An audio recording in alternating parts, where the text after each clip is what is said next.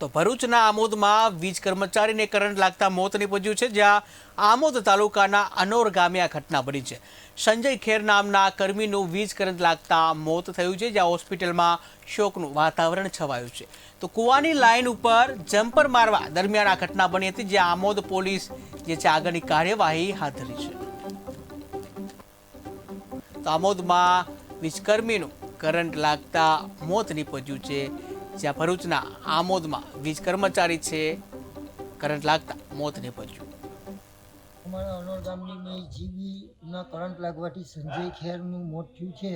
10:46 એને કરંટ લાગ્યો હતો અને બોર કનેક્શન બંધ કરાવી હતી લાઈન, છતાં બોરના ભૂલના કારણે લાઈન ફરીથી ચાલુ થવાથી છોકરાને કરંટ લાગ્યો છે। એનું મોત સ્થળ પર જ થયું છે।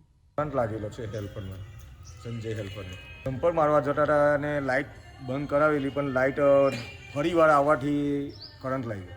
એ જો 10:44 આજુબાજુ, અરે 10:45 આજુબાજુ। આમાં જીએબીની બેદરકારીના કારણે આ સંજય હેલ્પરનું મોત થયું। આ રીતના આગળ પણ એક મોત થયેલું છે આમાં। અમારા અનોર ગામની મેં જીબીના કરંટ લાગવાથી સંજય ખેરનું મોત થયું છે। 10:46 એને કરંટ લાગ્યો હતો અને બોર કનેક્શન બંધ કરાવી હતી લાઈન, છતાં બોરના ભૂલના કારણે લાઈન ફરીથી ચાલુ થવાથી છોકરાને કરંટ લાગ્યો છે। એનું મોત સ્થળ પર જ થયું છે।